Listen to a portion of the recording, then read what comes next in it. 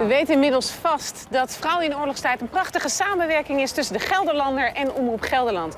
Nou, dit is Anne. Anne werkt voor de krant. En samen gaan wij naar Engeland voor een interview met dame Vera Lynn. U weet wel, icoon van de Tweede Wereldoorlog. En wereldberoemd vanwege dat ene liedje. We'll meet again, don't know where. Underneath the lantern by the barricade, darling, I remember the way you used to wait. 'Twas there that you whispered tenderly that you loved me.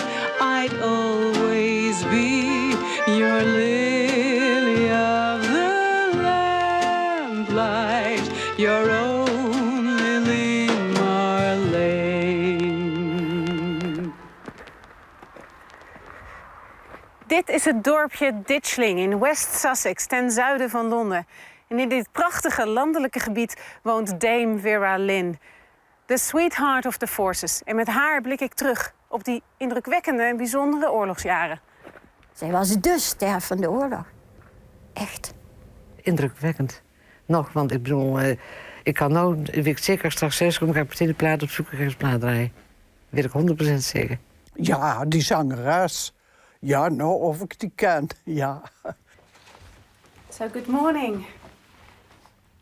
Good morning to you. How are you? Hello. How nice to meet you. Thank you. It's an honor to meet you. Thank you. I brought you something from Holland. Oh, I hope you like it. There are stroopwafels within. Ever eaten them? No. Oh, that's a shame. Well, this will be the first time. Now I know what they are. Yes.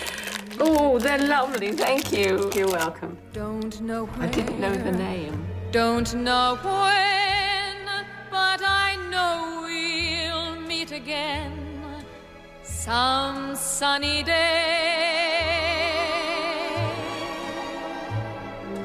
Keep smiling through, just like you. Vera Lynn wordt geboren op 20 maart 1917 in Eastham in Londen.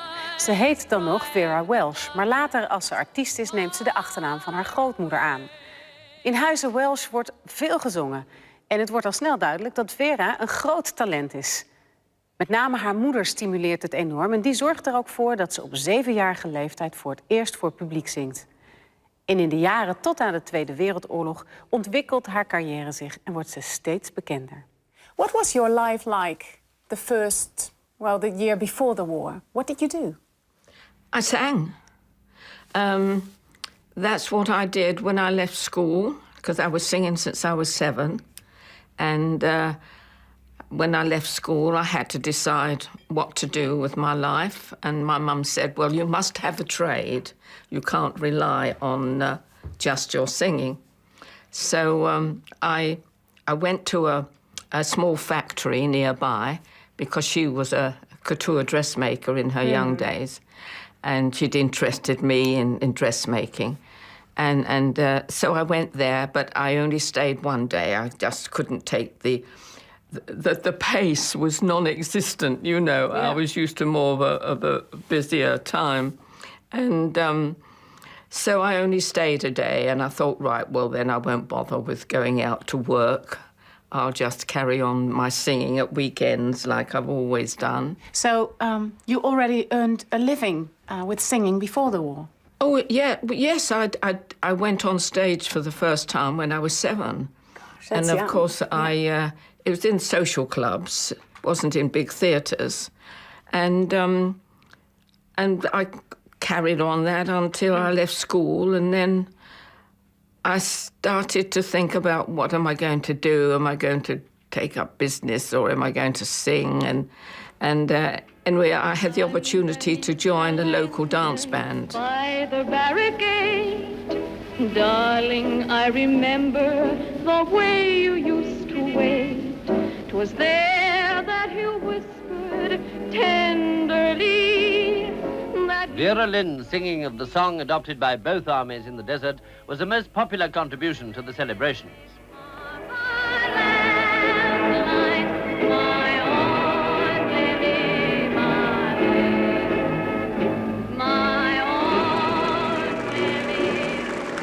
In de jaren voor de Tweede Wereldoorlog gaat het fantastisch met de carrière van Vera Lynn. Ze doet wat ze het allerliefste doet. En dat is zingen. En dat met een van de beste bands van het land.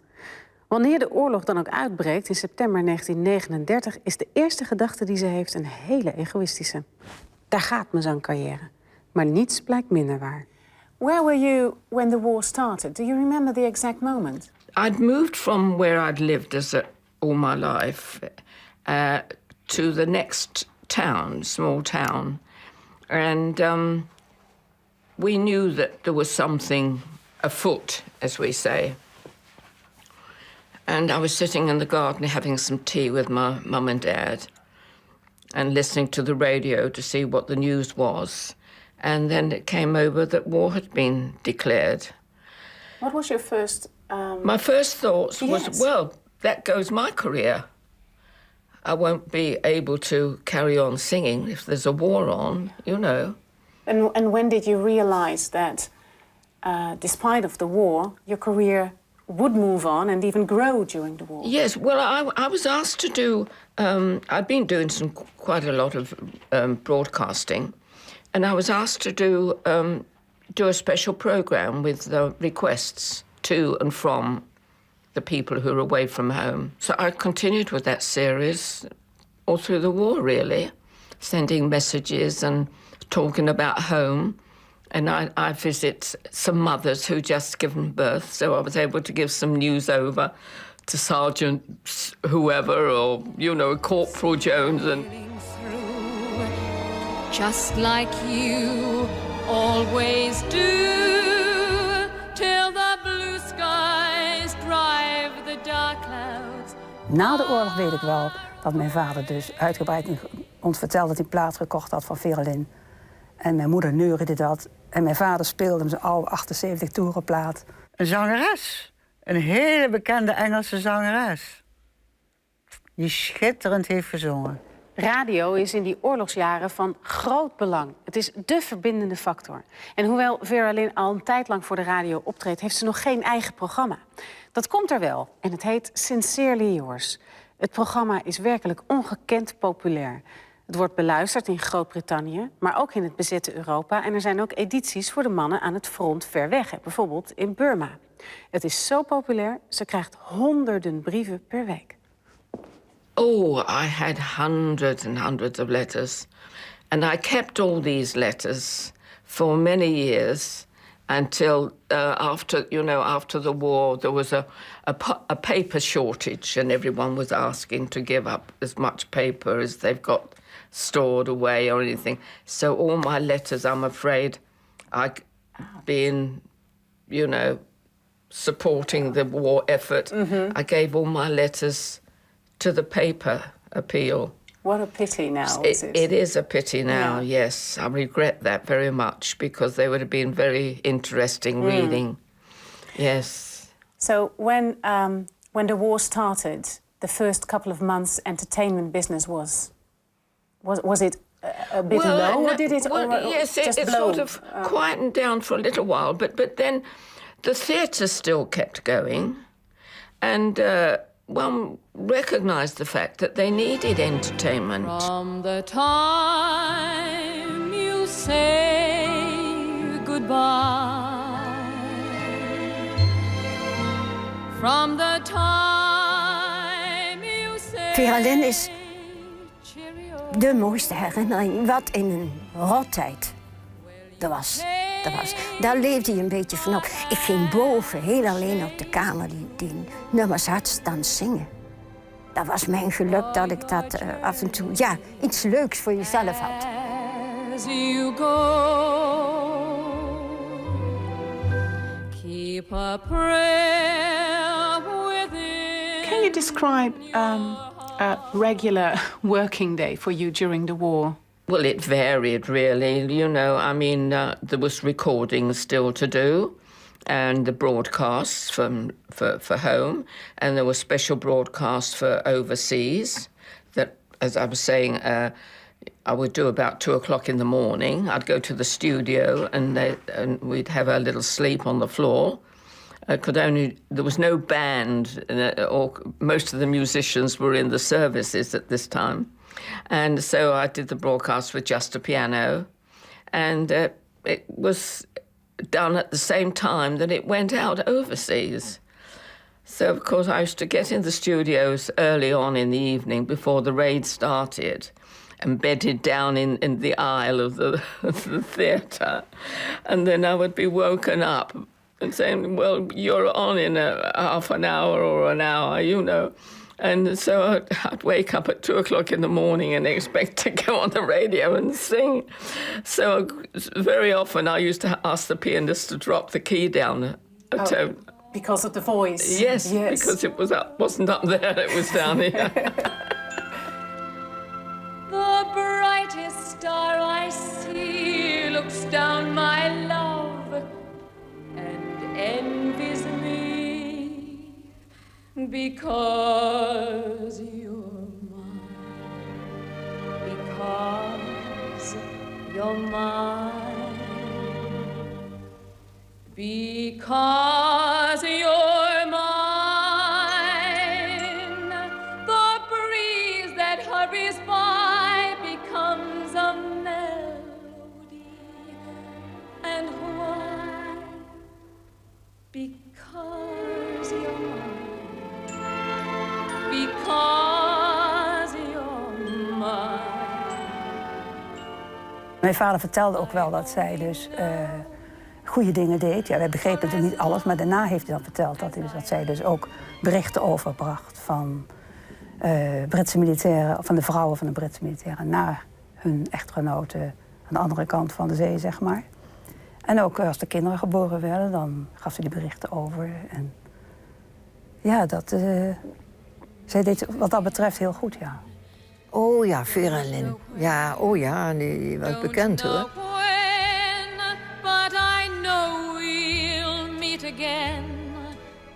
And how did you get yourself from one place to another then? Oh, I had a little car, a little Austin 10, green one with a canvas roof, which wasn't a very safe thing to have in those days. But it wasn't safe to drive in London, not all the time, was it? Well, I mean, there wasn't so much traffic, not only because it was early in the time, not all that many people had cars, but because people were afraid to go out anyway. Yeah, but you also drove caught during the raids, or? They said if you do get caught, either go into an underground station or lay in the curb.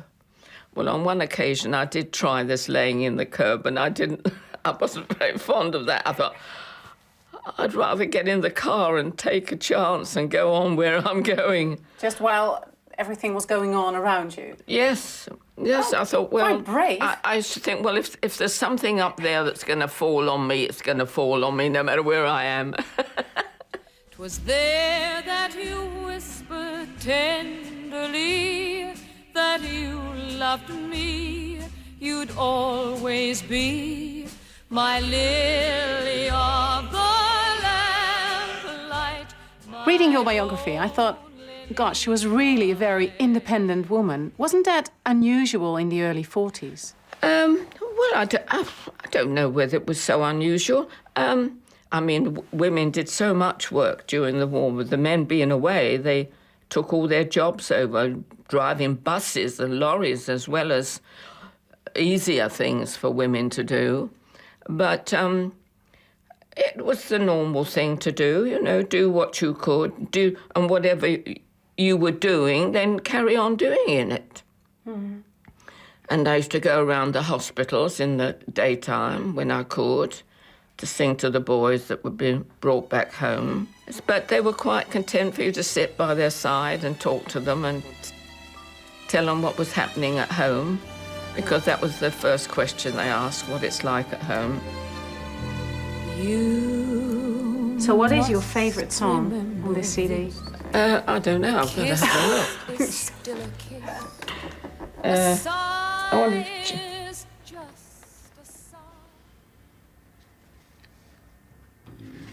It's a lovely day tomorrow, because that's optimistic. Okay. So lovely. First,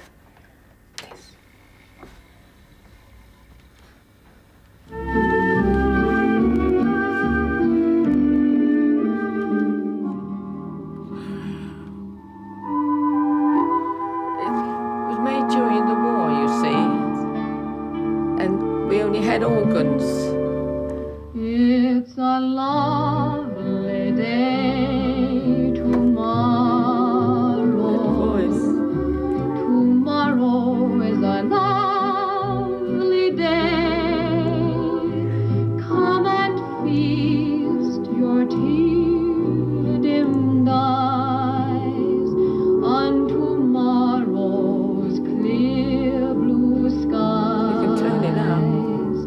If today your heart is weary, if every little thing looks gray, just forget your troubles and learn to say tomorrow is a long. Ja, zij werd inderdaad, ze had die naam Schatje van de troepen, want zij zong veel voor Britse militairen. En ja, ze had een heel lieve uitstraling, vond ik. En ik vond het ook een mooie vrouw. En zij gaf in ieder geval wat blijheid en wat vrolijkheid. how did you become the force's sweetheart? Oh, well, that was a newspaper competition. The Express, I think it was, ran a competition for the boys when they first went over the expeditionary forces of France. What year was that? Oh, that was right at the beginning of the Okay. war. Something for, I suppose, the boys to think about and to do, just left home and away. And they were asked to choose their favourite singer, and they chose me. So, of course, So you thought, well, the that's news nice, was but the sweetheart. This is the sweetheart of the forces. so when did you realize that you made a difference? Well, it gave me something to work on. You know, I thought, well, here's my job for the war. You know, I'm doing what I've always done and can continue to do it. Mm-hmm. And so that's why I offered my services to go to Burma to see the. I thought, well, I've been singing to them over the radio. I'd like to go and see them in person. Door het succes van haar radioprogramma was het voor Vera Lynn eigenlijk niet meer dan vanzelfsprekend dat ze ook een keer zelf de jongens aan het front zou gaan bezoeken. Dat werd heel veel gedaan in die jaren. Er ging veel entertainment naar de troepen, vooral in Europa. En juist daarom koos Vera Lynn voor Azië, voor Burma, omdat daar nog niemand geweest was. Like you always do, till the blue skies drive the dark clouds. How did you get the idea of wanting to go to sing to the forces yourself, to go to the front line? Well, I had been broadcasting since the war started to the boys overseas or anyone, wherever they were. And I thought, well, it would be rather nice if I could go and sing to them personally so that the boys could have a contact with the person that's been singing to them. So Engelse was an organisation that organised artists to go to France or wherever they wanted to entertain. So I offered my services. I said, well, I'd like to go to Burma. So why did you choose Burma? Well, first of all, I said, where is there not any artists going? Where is that don't have any entertainment? And they said, well, Burma's the only place that we haven't had anybody to go to. So I said, right, well, that's where I'll go. There'll be bluebirds over the white cliffs. What can you remember about your time in Burma? Well, most of my entertaining was done out in the jungle area. You know, I didn't sing in any towns or villages. What did you bring with you? Well, Did you have clothes or? No. Well, I said, well, what should I wear? They said, well, khaki. Got to wear the trousers and the jacket and the cap. I was all rigged out in the Engelse uniform, and but I did take a dress with me, just one dress, because I knew I wasn't going to sing in theatres or anything like that. So I had a pale pink chiffon dress. I thought perhaps the boys would like to see me in that. But of course I didn't have much opportunity to wear it because so many of the shows was in the open air and you were well aware of mosquitoes and things that flew. And when if I did an open air show with a little mini piano that we carried around with us everywhere we went. You carried a piano with you? Yeah, I was in one army car with my pianist and a driver, and there was a small van, that little lorry thing that followed us around with the little mini piano in. Don't know where, don't know when, but I know we'll meet again some sunny. How were the men with you being just one woman in such a How large... did they behave? Yeah, actually, that's the question. How did the men behave? Absolutely perfect. Perfect gentlemen they were. Never any liberties taken.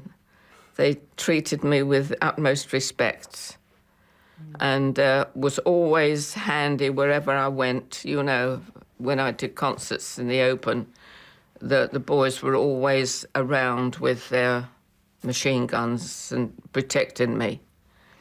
So, no, it was a delight to be able to be there to sing to them and talk to them. Because sometimes if they just come out of a bad spot and they had to stay in a certain area for them to recuperate, all they wanted to do really was for me to walk around and talk to them. You were what? You were much more than a singer. Well, yes, I was someone from home. Because one boy said to me once, he said, England doesn't seem so far away now that you're here. And how did that make you feel? Very emotional. Yeah. Mm. From the time you say goodbye,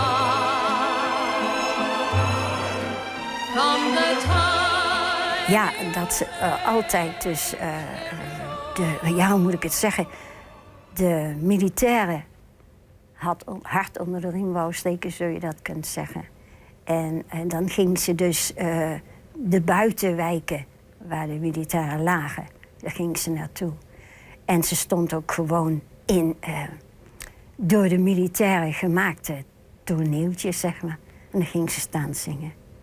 En ze was geweldig, ze was echt geweldig. En als er ook maar iets was waarvoor je het op kon vangen, dan zat je met je oor tegen die ronde kap. Want er was niet anders, was alleen centrale dan. En dan kon je er nog ietsje van horen. Na een maandenlange intensieve reis door Burma zet Vera Lynn begin juni 1944 weer voet op Engelse bodem. En de kranten schrijven looking well but tired. Dus dat ze er goed uitziet, maar moe is. Nou, het is een understatement. Want ze is enorm afgevallen en ze is kapot. Ze gaat zelfs een aantal weken bijtanken op het Engelse platteland.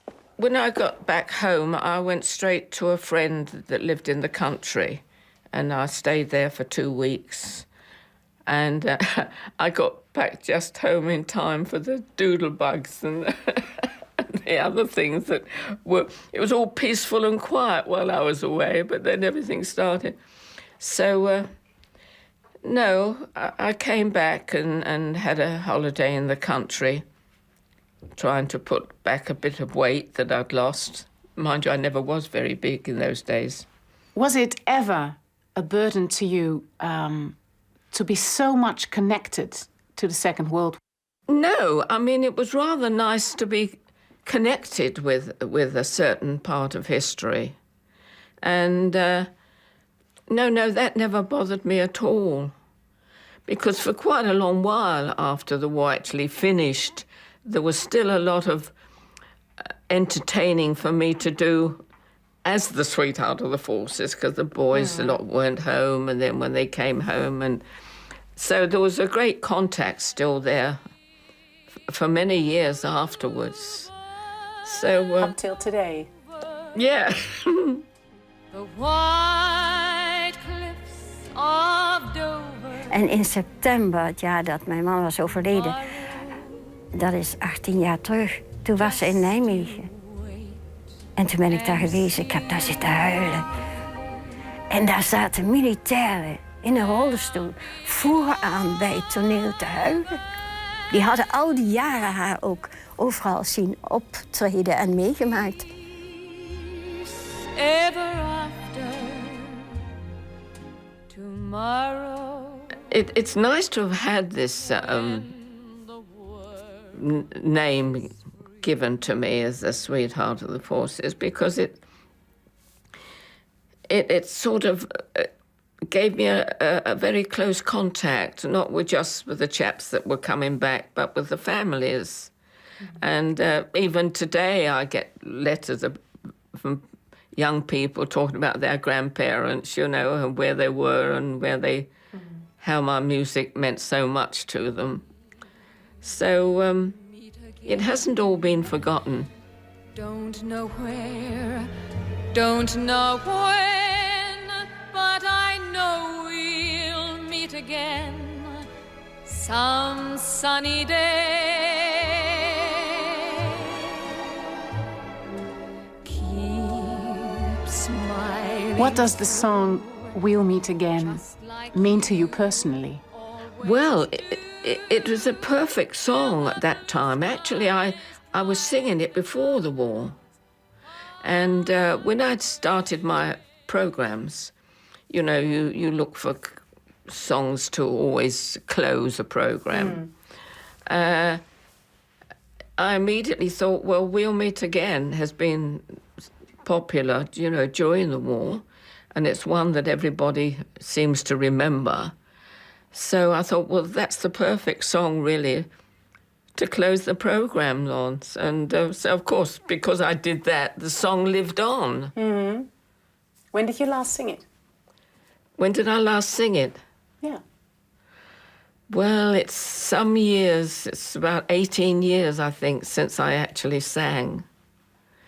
And, of course, whenever I sang, I always sang it. You know, it's the last song that I always finished my program on, no matter where I was singing it, radio, stage, or, you know, in a camp.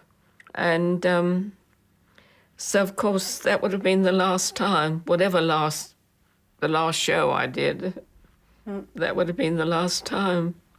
I feel quite humble, but can I sing it for you? Pardon? Can I sing it for you? Can you sing it for me? Yeah. Yes. That's silly. Now I'm quite nervous, you know. You put yourself on a spot. We'll meet again. Don't know where, don't know when, but I'll know we'll meet again some sunny day.